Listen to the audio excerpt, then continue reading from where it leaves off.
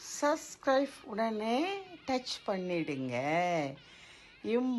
மனிதனைப் போல் சிறப்போடு பெருமையாக வாழும் அற்புத நிலை நிச்சயம் அனைவருக்கும்.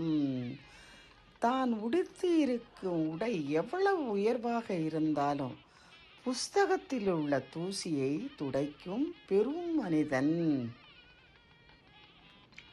ஒரு புஸ்தகத்தை கையில் தொடும்போதும் பெறும்போதும் பிறந்த குழந்தையை தூக்குவது போல் அரவணைப்போடு எடுப்பவரும், ஒரு புஸ்தகம் தனக்கு கிடைக்கும்போது அதை கோடி ரூபாய் மதிப்பவரும் யார்?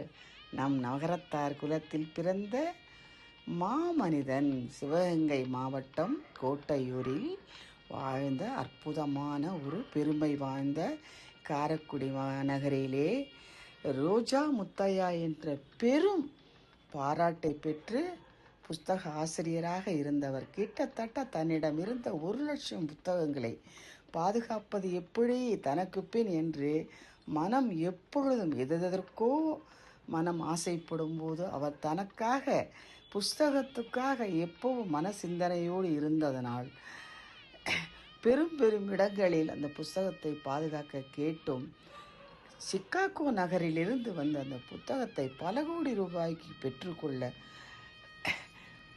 உடனே தயாராக இருந்தும் அவர் அந்த புத்தகம் முழுதும் தன் ஊரில், தான் வாழ்ந்து பிறந்த ஊரில், தன் மண்ணில் உபயோகப்பட வேண்டும் என்று மனதளவில் நினைத்ததால் திடீரென்று 1992 காலமானதால் 94 நாம் எந்த நினைப்போடு இருக்கிறோமோ அதே நினைப்போடு தான் மறுபடியும் நடக்கும். அந்த புத்தகங்கள் அதே சிகாகோவில் வந்து பல கோடி ரூபாய்க்கு பெற்றதை அவர்கள் அந்த ஆத்மா சாந்தி அடையவே என்று தரணியில் ரோஜா முத்தையா ஆராய்ச்சி புத்தக நிலையம் என்று பெரும் இன்று வரை நடந்து வருகிறது. இதில் இன்னொரு பெண் தெரிகிறாளை, யார் என்று தெரிகிறதா? ரோஜா முத்தையா செட்டியாரின் அற்புதமான அருமையான நல்ல ஒரு ஜீன்.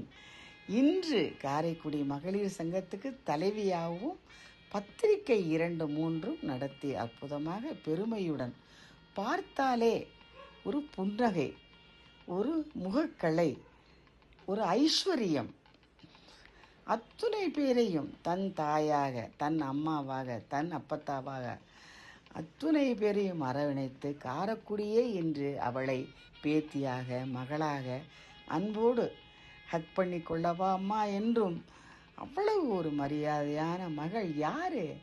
ரோஜா முத்தையா செட்டியார் அவர்களின் பெருமை வாய்ந்த மகள்.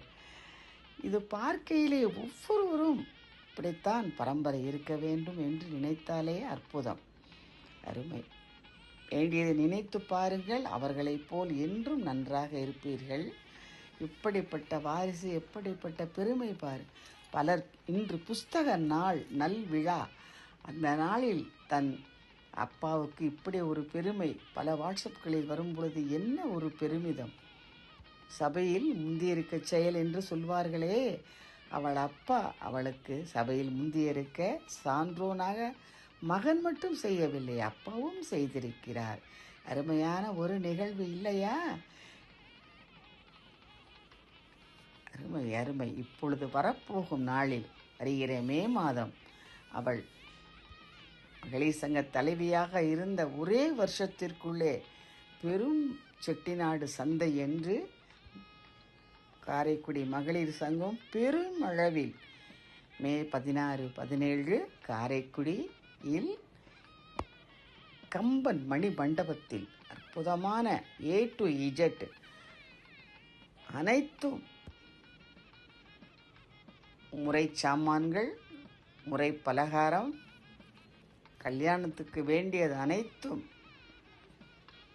வந்து கலந்து கொண்டு அற்புதமாக வேண்டியதை பெற்று நிறைவோடு வாழ்க்கை அமைய அப்பத்தா அன்புடன் கண்ணமைய அப்பத்தா டிவி சப்ஸ்கிரைப் டச் பண்ணிட்டு பாருங்கள்.